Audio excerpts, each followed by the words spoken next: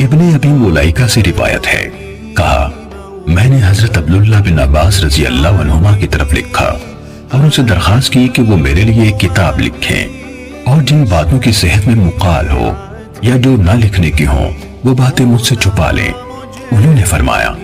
लड़का खालिस अहादीस का तलबकार है, मैं इसके लिए हदीस से मुताल्लिक तमाम मामलात में सही का इंतखाब करूंगा और मौजू और घड़ी हुई हदीस को हटा दूंगा।